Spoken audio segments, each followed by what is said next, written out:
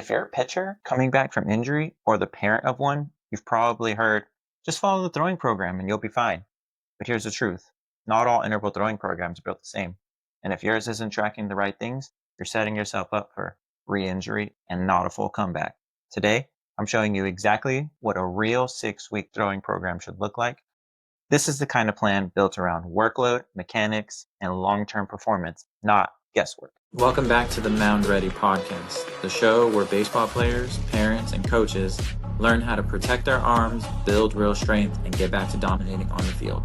I'm your host, Dr. Dominic Rangel. Let's jump into today's episode and get you one step closer to being Mound Ready. What's up, everybody, and welcome back. If you're tuning in on YouTube, make sure you hit that subscribe button. And if you're following along on Spotify, then make sure you follow me for all of the upcoming information that I'm about to give you in the upcoming weeks.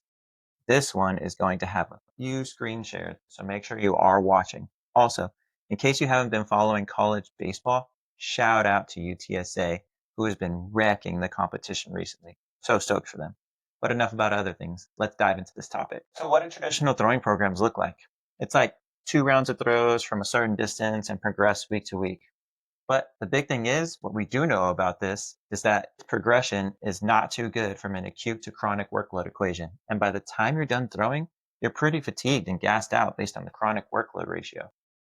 Most of these interval throwing programs focus on pitch counts or distance only.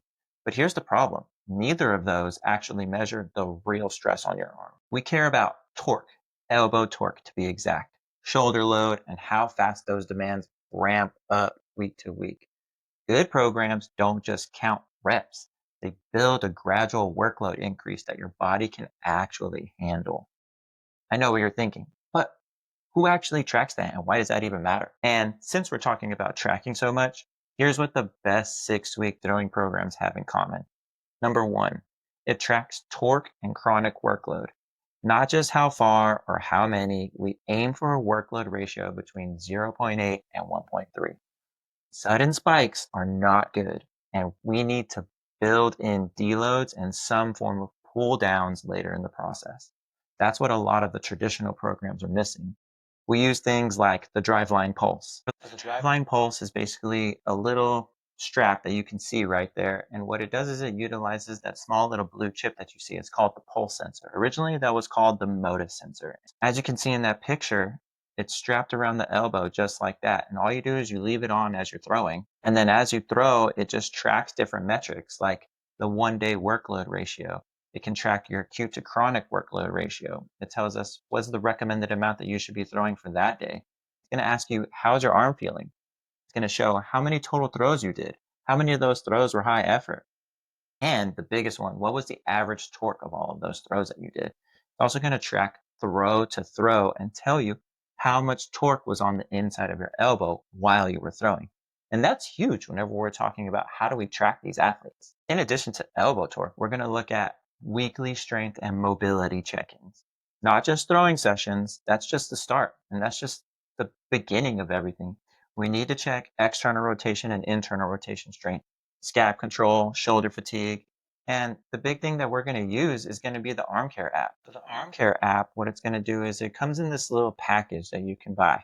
And what it starts with is it has a little sensor, as you can see right there, that little blue thing. And all it does is it straps onto a wrist strap and you're going to push into the wall. You're going to set up in different positions. And just like this, you're pushing into the wall. You're going to push into external rotation, internal rotation, scaption. You can even test your grip strength. And after each one, just like you can see there, it's going to tell you how much percentage of your body weight did you produce.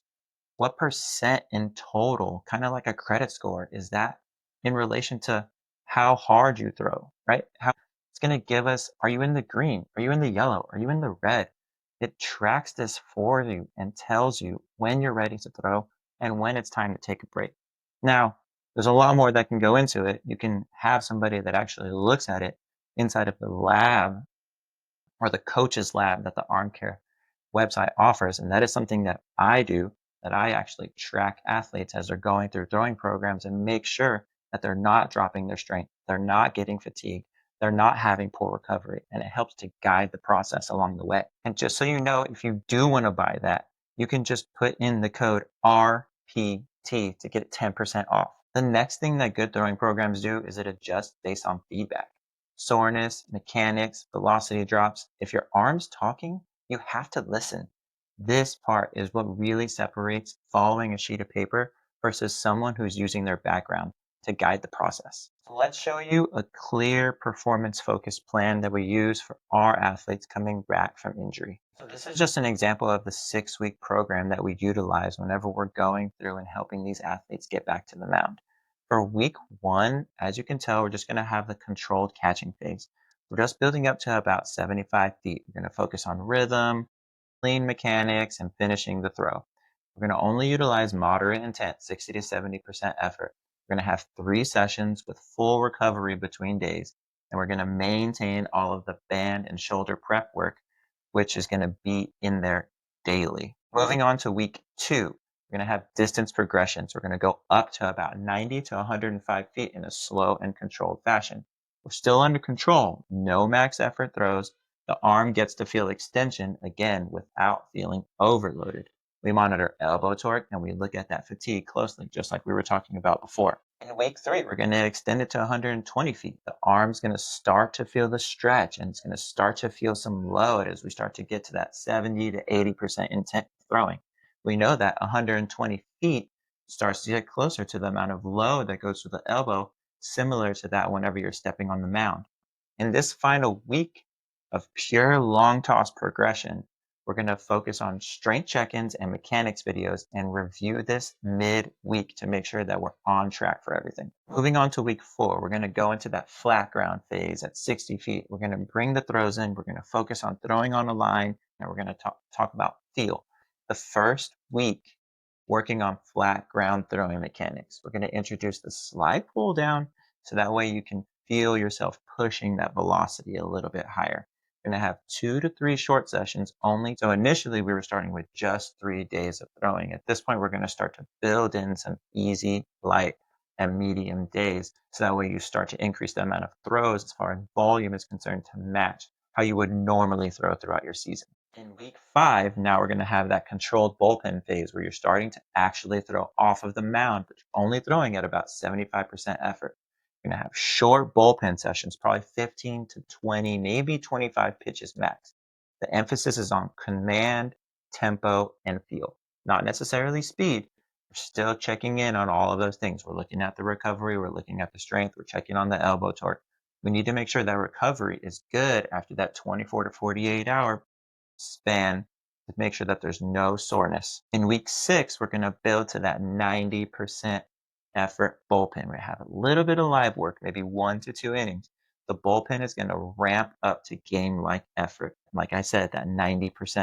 Going to have 1 to 2 innings of live batters. If we're ready, we got to make sure that it's going to vary from person to person. But if they're ready, we're going to let them throw to some live batters. But we're going to make sure that they still have that full recovery 24, 48, 72 hours after using the Armcare app to make sure that those strength numbers are climbing back up to that baseline measurement. And then for sure going to have the end of the week check-in on fatigue, command, and workload response. So here's the bottom line. If your throwing program isn't tracking elbow stress, if it doesn't include strength checkpoints, if it doesn't give your body room to adapt, it's probably not a good throwing program. You don't just want clearance, you want a comeback that lasts. If you want to make sure your return to throwing program is actually setting you up for success, comment below. I'll help you break down what's working and what's putting you at risk. Let's rebuild you stronger than before.